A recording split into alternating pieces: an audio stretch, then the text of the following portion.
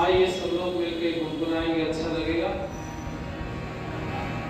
कभी भी प्रभु का भजन न किया, बातों में सारी भिखारी गुमरिया, अपने सुखों के लिए ही जिया, के भोगों में सुख के खपारी गुमरिया। कभी भी प्रभु का भजन न किया, बातों में सारी भिखारी गुमरिया, अपने सुखों के लिए ही जिया, के भोगों में सुख के खपारी। ये माना कि महलों में तेरा बसेरा, ये माना भरा धन से भंडार तेरा। ये माना कि महलों में तेरा बसेरा, ये माना भरा धन से भंडार तेरा। मगर दिल तो कंगालों का पालिया है, मगर दिल को कंगालों का पालिया है। ना दीदा ने कोड़ी भिखारी गुमरिया, कभी भी प्रभु का भजन न किया, बातों में सारी भिखारी। किया भोग क्या भोग भोगों ने तुझको दिया, भोग भोगों के भोगों ने तुझको। किया भोग क्या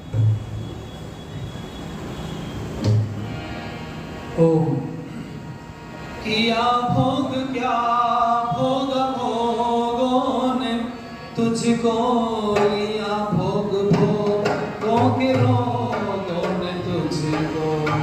किया भोग क्या भोग भोगों ने तुझको लिया, भोग भोगों के रोगों ने तुझको। वही मिल रहा है जो पहले दिया है, वही मिल रहा है जो पहले दिया है। किया क्या सारी भिखारी गुमरिया, अपने सुखों के लिए ही जिया, के भोगों में सुख के खपारी गुमरिया। कभी भी प्रभु का भजन न किया, बातों में सारी भिखारी। आज के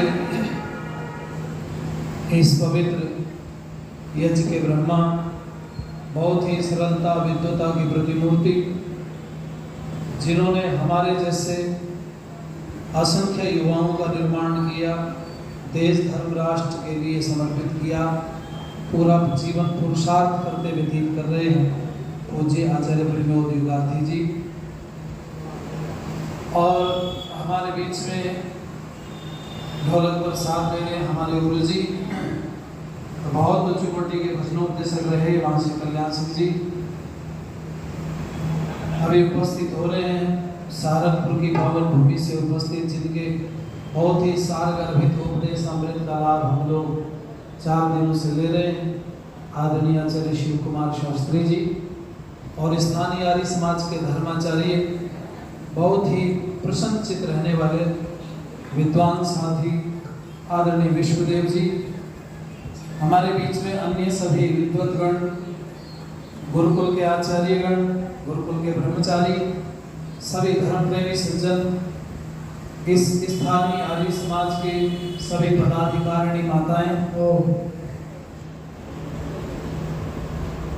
छोटे छोटे नन्हे मुन्ने प्यारे प्यारे बच्चों, भगवान की कृपा से हम लोग इकट्ठे बैठे। और भगवान की कृपा मैं क्यों बोलता हूँ बार बार, देखो अगर ईश्वर की कृपा ना हो तो हमें इकट्ठे बैठने का मौका भी नहीं मिलता। शादी विवाहों में भी जाते हैं लोग 36 का आंकड़ा रखते हैं।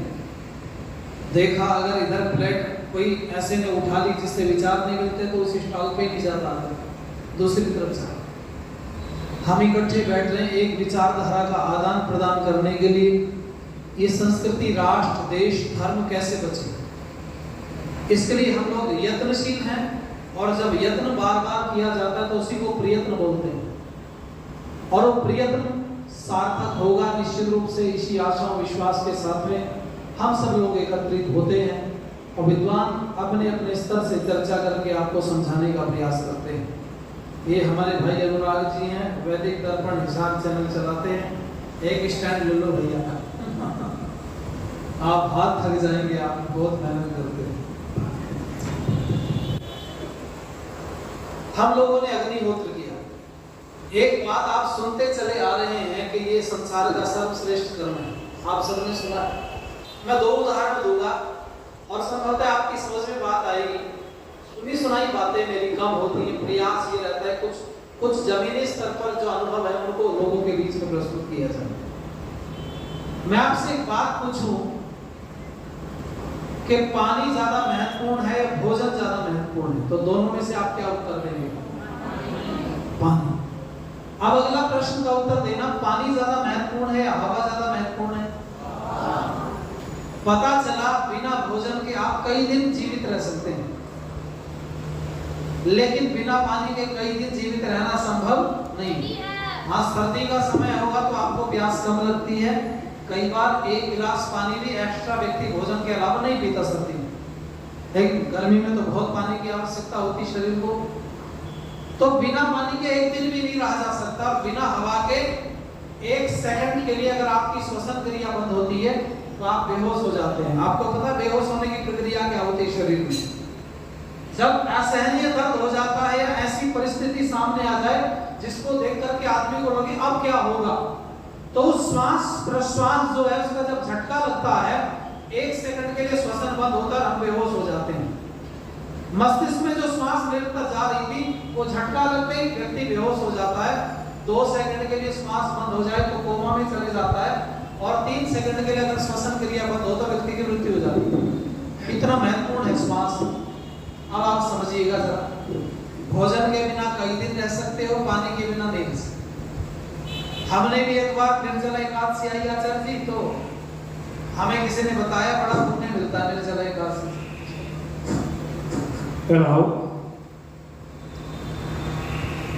उन्होंने कहा इसका बड़ा पुण्य मिलता है, जो निर्जला एकादशी का व्रत रखता है उसकी इच्छाएं पूरी हो जाती हैं, मनोकामना पूरी होती है। मैं 10वीं क्लास में पढ़ रहा था, आचार्य जी को खूब पता है, अब तो सब परीक्षा सामान्य हो गई। उत्तर प्रदेश का क्यों भैया 10वीं का बोर्ड बहुत हार्ड होता और इतना मुश्किल था, मतलब फेल वालों की आवाजें ज्यादा आती थी, पास वालों की कम। गांव में अगर 20 लड़के पढ़ रहे तो 5-7 पास होते थे, बाकी लुढ़क ही जाते कहीं ना। हमने सोचा यार अच्छा रहेगा, 1 साल पहले मैं फेल हो चुका था 10वीं में, तो मैंने अब क्या छुपाना आपसे, मैं ठीक हूं, आपने लोगों में बहुत बड़ा विद्वान आदमी।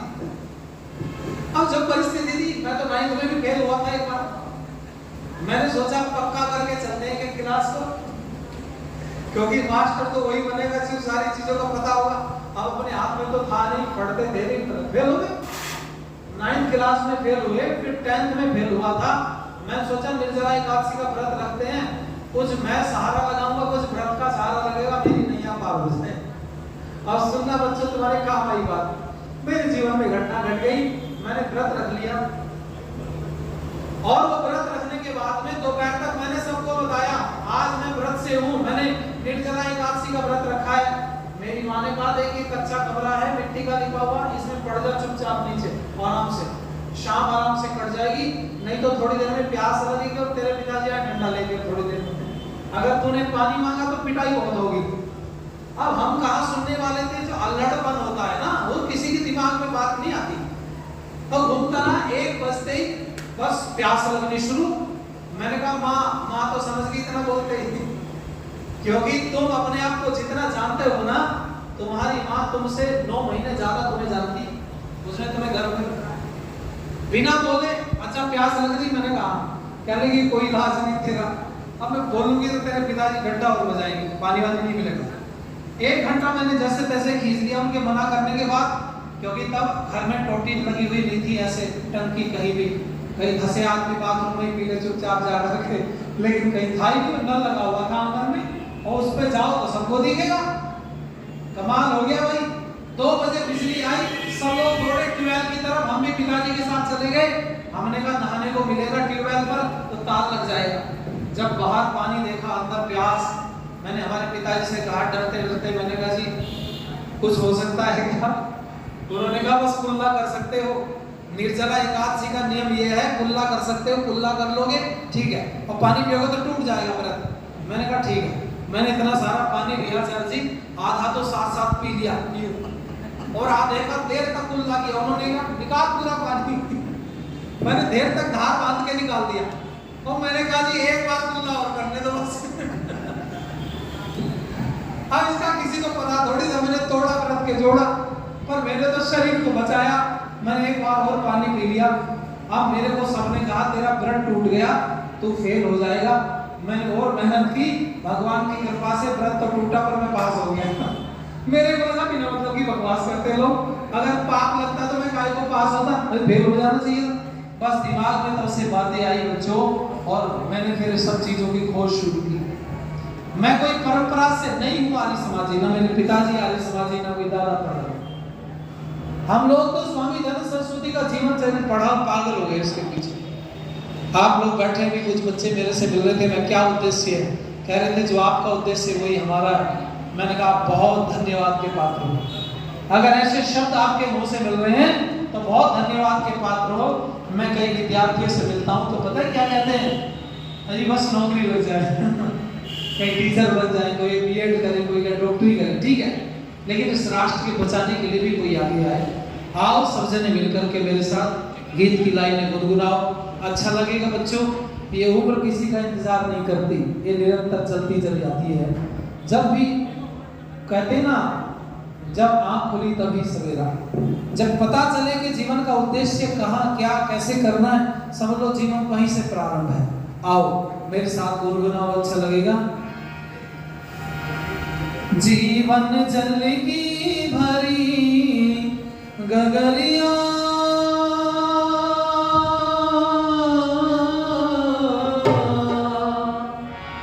जीवन जल की भरी गगरिया, रीति जाए रे उमरिया, बीती जाए रे उमरिया, बीती जाए रे उमरिया, बीती जाए रे।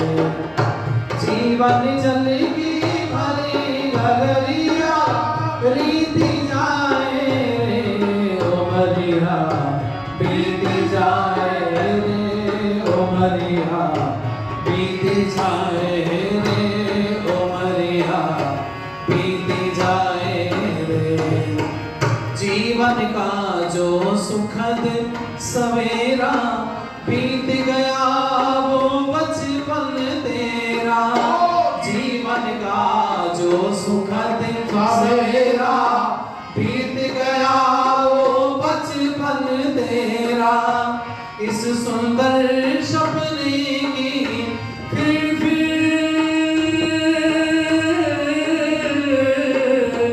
इस सुंदर सपने की फिर याद सताए रे, ओ मरिया बीती जाए रे, ओ मरिया बीती जाए रे, ओ मरिया बीती जाए रे।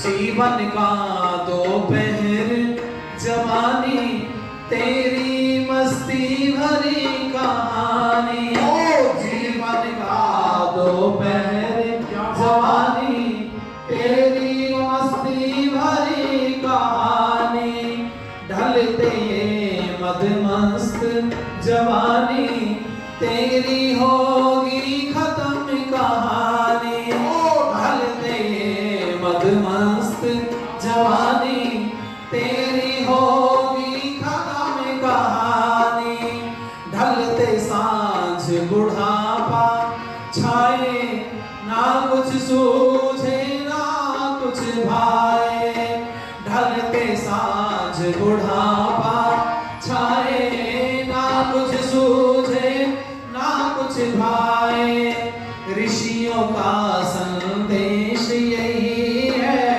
संतों का उपदेश यही है, ऋषियों का संदेश यही है, संतों का उपदेश यही है, जप ले नाम विमल मन प्रभु का,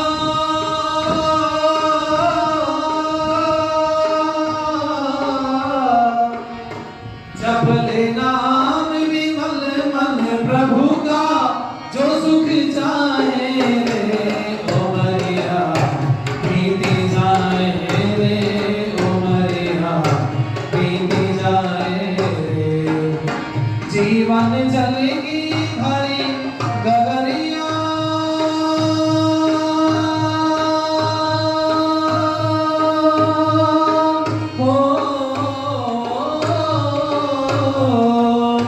जीवन जल की भरी गगरिया, रीति रीति रीति रीति रीति रीति रीति रीति रीति जाए रे, ओ मरिया बीती जाए रे, ओ मरिया बीती जाए रे, ओ मरिया बीती जाए रे। इसलिए अपनी बात को रोकता हूँ। मैंने बोला आपसे भोजन ज्यादा महत्वपूर्ण नहीं है, पानी ज्यादा है, और पानी से भी ज्यादा हवा महत्वपूर्ण है, क्योंकि पूज्य आचार्य जी बैठे हैं, योगार्थी जी, 5 प्राण और 5 प्राण शरीर में निरंतर काम करते रहते भाई। और ध्यान देना इनका क्या रोल है, आप आंख की पलक झपका रहे हो ना, ये भी प्राण से संभव है। आपके शरीर में रक्त का संचार है, प्राण से चल रहा है। अपान वायु शरीर से वेस्टेज के रूप में बाहर निकलता है, मल मूत्र आदि बहुत सारी चीजें, ये जो सब प्रेशर शरीर के अंदर है, आपके शरीर से गंदगी बाहर निकल रही है, तो ये सब प्रेशर वायु के द्वारा ही संभव है। बहुत चीजों को आपके सामने प्रस्तुत नहीं किया जा सकता। श्वास प्रश्वास की गति बहुत ज्यादा तीव्र होती है, तब शरीर से बहुत सारी चीजें बाहर आने लगती हैं। जब आपका श्वास तेजी से चलता है, बोलो पूरे शरीर से पसीना आता है कि नहीं आता? ये सब वायु का खेल है। और इस व्यवस्था को आप समझ जाओ तो मुझे लगता है कि छोटी मोटी हारी बीमारी तो आए पर शरीर में बड़ा रोग प्रवेश नहीं करेगा। मैं दावा करता हूँ इस बात का। अब आप सुनिएगा, इतना ज्यादा महत्वपूर्ण है वायु हमारे लिए। तो मुझे एक बात बताना बच्चों, एक व्यक्ति ने भोजन का भंडारा किया, ठीक है जी, और एक ने पानी का प्याऊ लगाया, बताओ किसको ज्यादा पुण्य मिलेगा? बोल नहीं रहे आप? लेडीज सीधे देखो, इधर ऐसे बैठो जैसे मैं एक बार भी ऐसे नहीं बैठूंगा, आप शाम तक बैठाओ मुझे, है ना? आप तो समझदार, गड़बड़ बच्चे तो हमारे वाले, आपके तो ठीक है। ध्यान लगा कर सुना, आपके काम आएगी ये बात, क्योंकि इस मंच पर आपको बैठना है अगली बार, आपको मिलेगा अवसर। बड़ी कवि उपदेश होगी देश दुनिया, इसलिए सुनो। भोजन का भंडारा किया, एक ने पानी का प्याऊ लगाया, पानी के प्याऊ लगाने वाले को ज्यादा पुण्य मिलेगा, और एक ने पानी का प्याऊ लगाया, एक ने हवा का भंडारा किया, किसको ज्यादा पुण्य मिलेगा? बोलो जरा। आपने जो हवन किया ये हवा का भंडारा था, शुद्ध हवा आपने हवन से निकाली और सबको मिल गई, इससे ज्यादा पुण्य का और कोई दूसरा नहीं हो सकता।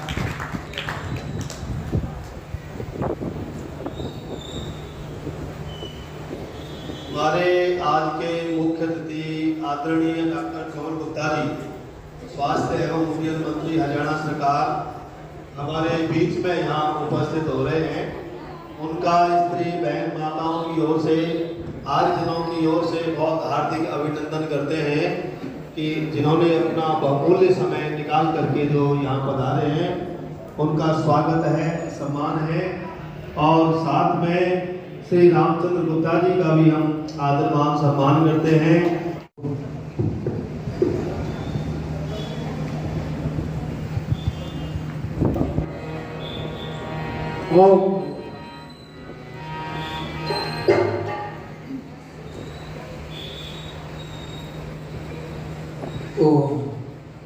Because time is short, so without introduction, बहुत सारी बातें हो गई है। एक भजन आप लोग ऐसे सुनेंगे और मैं वाणी को विराम की तरफ लेकर के चलूँगा। बनाई बातें बहुत वतन की, वतन बनाओ तो हम भी जाने, लगी चमन में जो आग भीषण, लगी चमन में जो आग भीषण, उसे बुझाओ तो हम भी जाने। बनाई बातें बहुत वतन की, बनाई बातें बहुत वतन की, वतन बनाओ तो हम भी जाने, लगी चमन में जो आग भीषण, उसे बुझाओ तो हम भी जाने। बनाई बातें बहुत वतन की, बनाई बातें। विदेशियों को झुका झुका सर, जो सर कहाए तो क्या कहाए। विदेशियों को झुका झुका सर, जो सर कहाए तो क्या कहाए। जो सर कहाए तो क्या कहाए। कटा के सर भगत सिंह सा, कटा के सर भगत सिंह सा, सरदार कहाओ बेजाने। बनाई बातें बहुत वतन की, वतन बनाओ तो हम भी जाने, लगी चमन में जो आग भी।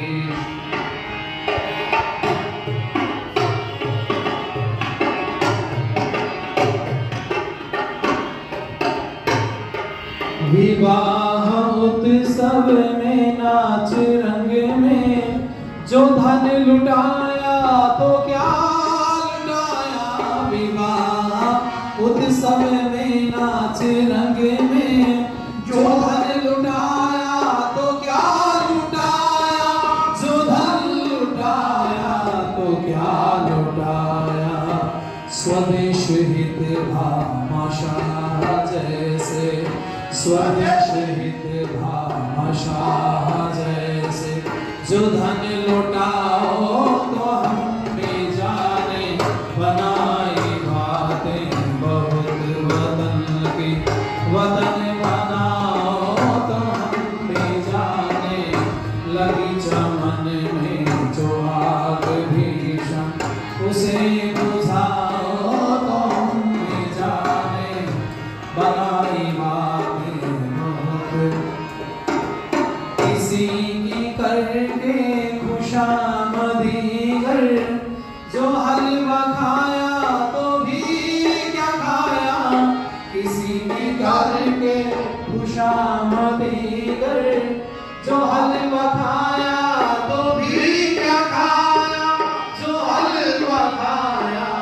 भी क्या खाया, ऋषि दयानंद से सत्य वक्ता, ऋषि दयानंद से सत्य वक्ता, जो जहर खाओ तो हम भी जाने, बनाई बातें बहुत वतन की, वतन बनाओ तो हम भी जाने, लगी चमन में जो आग भीषण, उसे बुझाओ तो हम भी जाने, बनाई बातें बहुत वतन। इसलिए मैं आप लोगों से चर्चा कर रहा था कि भाई हमारी जो परिस्थितियां हैं, कई बार इस विषय को हमारे बीच में रखा जाता है कि अग्निहोत्र संसार का सर्वश्रेष्ठ कर्म है। और मैंने आपको समझाया कि जो हवन है ये हवा का भंडारा है, शुद्ध वायु का। कितने लोगों को लाभ मिलता है? आपका भोजन बन रहा है, कितने लोग भोजन कर पाएंगे? जितनों को निमंत्रण होगा। क्यों जी? जिसको निमंत्रण नहीं, कोई बेचारा चलता फिरता ऐसे दो चार आ सकते हैं, लेकिन आपने पानी का प्याऊ लगा दिया तो उसमें ज्यादातर लोग ऐसे हो जाते हैं जो हमारी जानकारी के नहीं होते, पी के चले जाते हैं। आपके भोजन को सब ग्रहण नहीं कर सकते। आपकी आर्य समाज में भी बहुत जीव भूखे रहेंगे। आज भोजन का भंडारा है, लेकिन क्या छिपकली आपके भोजन को ग्रहण करेगी? अरे बोलो भैया, कितनी मकड़ियां हो सकती, कितने कीड़े मकोड़े, कितने जीव और दूसरे घूम रहे होंगे, वो आपके भोजन को ग्रहण नहीं करेंगे, आपके पानी को भी ग्रहण नहीं करेंगे। लेकिन हाँ, अगर आपने हवन किया है तो वायु उस जीव तक भी पहुंचेगी या नहीं? बोलो। तो आप जब वायु का भंडारा करते हैं तो असंख्य जीवों को उसका लाभ मिलता है। एक तो ये, और दूसरा उदाहरण सुन लीजिए भैया। दूसरा क्या लाभ मिलता है अग्निहोत्र से? तो अभी हमारे बीच में आदरणीय डॉक्टर गुप्ता जी थे, मंत्री जी, उनका बहुत धन्यवाद। लेकिन एक बात बताना भाई मुझे, भाई दो भाइयों का बंटवारा आपस में नहीं हो रहा है, तीसरे को बुलाना पड़ा है, तो बंटवारा छोटा है या बड़ा है? जोर से बोलो। मैं एक बार भी बैठा ऐसे? बोलो। नहीं बैठा? सीधे बैठो बेटे, शाबाश, बहुत बढ़िया। कमर सीधी करो, नहीं तो इसका तीर कमान बन जाएगा। हाँ, अब बताओ मुझे क्या पूछा मैंने? अरे दो भाइयों के झगड़े में उनका बंटवारा उनसे नहीं हो रहा है, तीसरे को आना पड़ रहा है, किसी सरपंच वगैरह को, तो बंटवारा छोटा है या बड़ा है? हाँ, अच्छा सरपंच साहब से बात नहीं बनी, विधायक को आना पड़े तो बंटवारा और बड़ा है। क्यों जी? अगर सांसद को आना पड़े तो बंटवारा और बड़ा है, और सैनी साहब मुख्यमंत्री जी को आना पड़े तो बंटवारा और बड़ा है, और प्रधानमंत्री जी को आना पड़े तो बंटवारा और बड़ा। पता चला बंटवारे में जो व्यक्ति इंटरफेयर कर रहा है उससे पता चला बंटवारा छोटा है बड़ा है। लेकिन आप एक बात सुनना, बंटवारा बड़ा है, काम बड़ा, इसका पता बड़े से चला। अब आप समझना, जब आपने हवन किया तो हवन का बंटवारा क्या शास्त्री जी ने और आपने मिलकर के कर लिया? नहीं किया। क्या उसका बंटवारा सरपंच कर सकते हैं? क्या विधायक, सांसद या मुख्यमंत्री कर सकते हैं? क्या आपके हवन का बंटवारा प्रधानमंत्री जी कर सकते हैं? नहीं कर सकते। आप जब हवन करते हो ना, तो आपके हवन का बंटवारा अपने हाथ से परमात्मा करता है, और जिस काम का बंटवारा परमात्मा करता हो उससे बड़ा और कोई काम दुनिया में नहीं हो सकता। आपने हवन किया, ईश्वर का इंटरफेयर हो गया। परमात्मा ने किसके हिस्से में कहा कितना लाभ उन्हें मिलना चाहिए, परमात्मा ने दे दिया। इसलिए आप लोगों से निवेदन करूंगा कि अग्निहोत्र की परंपरा हमारी करोड़ों वर्ष पुरानी है।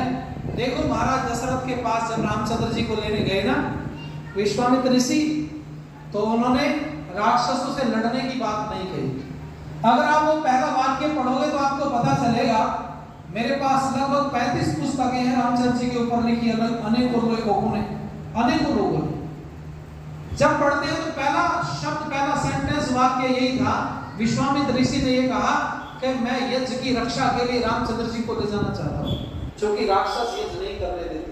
और उनको भी पता था कि महाराज दशरथ यज्ञ के नाम पर मना नहीं करेंगे। क्यों नहीं करेंगे? उनको लग रहा था क्योंकि राजा दशरथ के जो 4 संतान उत्पन्न हुई वो अग्निहोत्र से ही तो हुई थी, मतलब हवन कुंड में से कोई निकल करके नहीं आया। और रोमपाद नाम के उनके एक मित्र थे जिनकी बेटी उस विशालाक्षा शांता का विवाह श्रृंगी ऋषि के साथ में हुआ, आप जानते हैं। और जब महाराज दशरथ वशिष्ठ मुनि और बहुत सारे लोगों को लेकर के श्रृंगी ऋषि के आश्रम में गए, तो राजा दशरथ के जो मित्र थे रोमपाल, वो आश्रम में थे उस समय पर। उन्होंने पूछा आप क्यों आए यहाँ पर? तो उन्होंने बताया कि भाई मेरे यहाँ संतान नहीं है और इस समय पर पुत्रेष्टि यज्ञ कराने में कोई व्यक्ति निपुण है, तो ये है आपके दामाद। तो उन्होंने अपने दामाद से निवेदन किया, भाई दशरथ हमारे मित्र हैं, तो आप इनकी बात को स्वीकार कर लेना, इनकी विनती को। ससुर ने भी बोला, तब दामाद जो श्रृंगी ऋषि थे उन्होंने कहा ठीक है। तो वहां रहे कुछ दिन पहले आश्रम में। आश्रम के पास श्रृंगी ऋषि अपनी पत्नी को लेकर के पहुंचे महाराज दशरथ के यहाँ, और महीनों रहे, उपचार किया। और वो उपचार किया औषधियों के द्वारा महाराज दशरथ और रानियों का सबका जिसके अंदर जो कमियां थी वो ठीक हो गई, क्योंकि औषधि से सब संभव है। ये बात अलग है कि आज की जो चिकित्सा पद्धति है, हमारा औषधि विज्ञान का बड़ा आगे पीछे हो गया। लेकिन उन्होंने क्या काम किया फिर, जब अंत में उनको लगा कि भाई अब ठीक है, उपचार हो चुका है, तब सबसे अंत में उन्होंने यज्ञ की अग्नि के अंदर स्वर्ण के पात्र में खीर बनाई और उस खीर को दिया। महाराज दशरथ को कहा अपनी रानियों को बांट दीजिए। सबसे पहले कहाँ गए? कौशल्या के पास, सबसे बड़ी थी। और बड़े के साथ साथ आप अगर कौशल्या के महत्व को जानना चाहते हो तो पढ़िए, आपको पता चलेगा।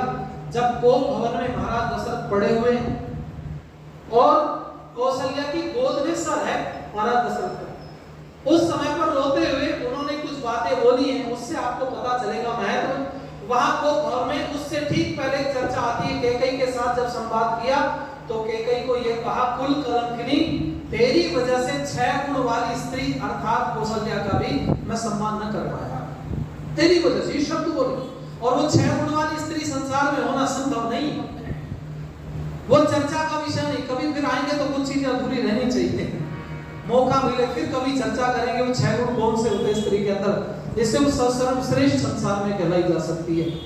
उस समय पर कौशल्या की गोद में सर रख करके महाराज दशरथ कहते हैं कि जैसे मातृत्व सुख प्राप्त होता है ना, एक माँ की गोद में सर रखा होता है, ऐसा सुख प्राप्त हो रहा है। वो विषय नहीं है, पर मैं इतना कहूंगा आप लोगों से, कौशल्या पर बड़ा स्नेह था महाराज का और बड़ा विश्वास करते थे, इसलिए जाते ही आधा पात्र की खीर निकाल के दे दी, और जो आधी बची तब सोचा हाय 2 को और बांट ली ने। फिर कहाँ गए? कैकेयी के पास नहीं गए, क्योंकि कैकेयी का जो भैया था युद्धोजित शर्त लगा रखी थी कि मेरा बेटा, मेरा भांजा राजा बनेगा। तो उनको भय था कि इसके घर से इससे तो पैदा होने नहीं चाहिए कोई संतान। महाराज दशरथ सोचते कहीं हो भी जाए तो चलो बाद में पीछे से। इसके पास सुमित्रा के गए, चौथाई खीर बची, मतलब आधी की आधी की उसको दे दी, और जो बची ना चौथाई खीर, जब कैकेयी के पास जा रहे थे तो जाते जाते मन बदल गया और वो चौथाई की भी आधी खीर दी कैकेयी को, और जो बची उसको वापस सुमित्रा को खिलाया। महाराज दशरथ यज्ञ के प्रति समर्पित थे, तो उन्होंने कहा यज्ञ की रक्षा के लिए ले जाना चाहता हूं, बात को मैं खत्म करता हूं। उन्होंने कहा ठीक है महाराज, लेकिन मैं खुद चलूंगा। क्यों? अरे बच्चे हैं अभी तो लक्ष्मण राम, ना मुनिवर में वन में कैसे थे, ना मुनिवर में वन में कैसे थे, वन में कैसे भेज दूं मैं, वन में कैसे भेज दूं, वन में कैसे भेज दूं मैं, वन में कैसे भेज दूं, नाम निवर में वन में कैसे भेज, हरे नाम निवर में वन में कैसे।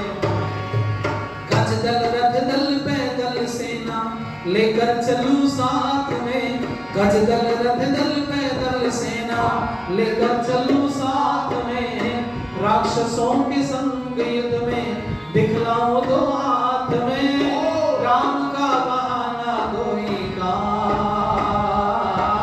नाम निवर में वन में कैसे भेज, हरे नाम निवर में वन में कैसे भेज, वन में कैसे भेज दूं मैं, वन में कैसे भेज दूं, वन में कैसे भेज दूं मैं, वन में कैसे भेज दूं, नाम निवर में वन में कैसे भेज।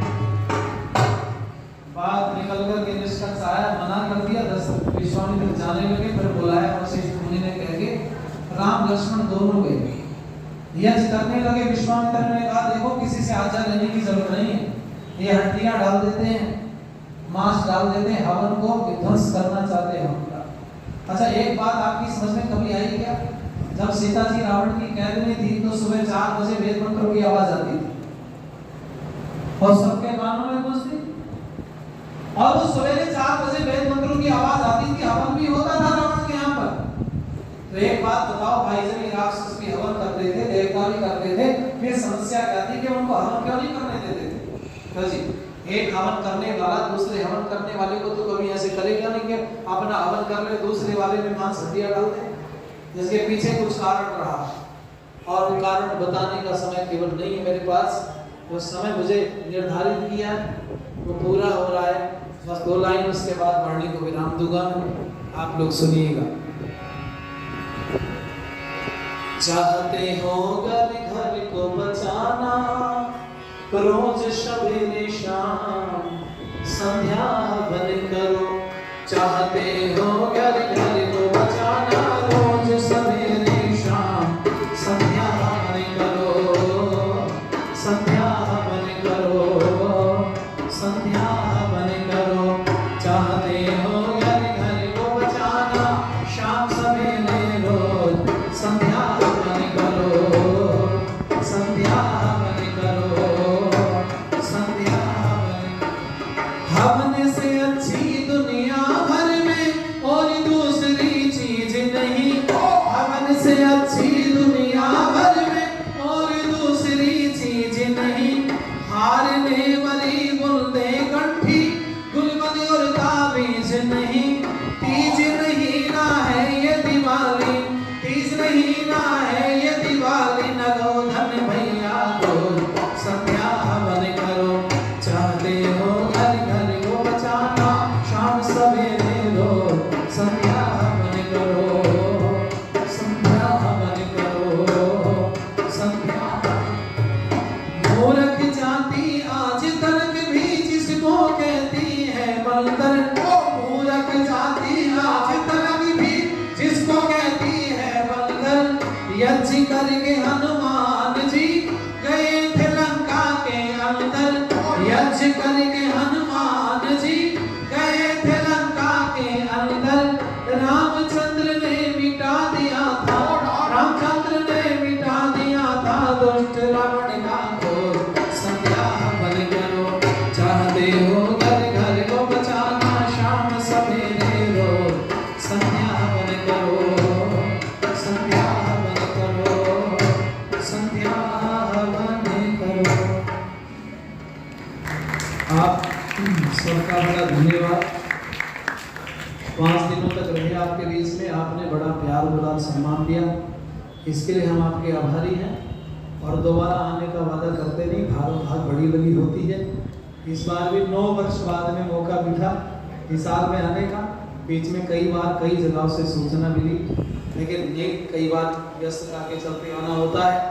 और इतना आप जरूर समझें, जो चीज़ें आपके बीच में परोसी गई, प्रस्तुत की गई है, वो प्रयास ये है कि आप जमीनी स्तर पर उन सब चीज़ों को अंगीकार करें।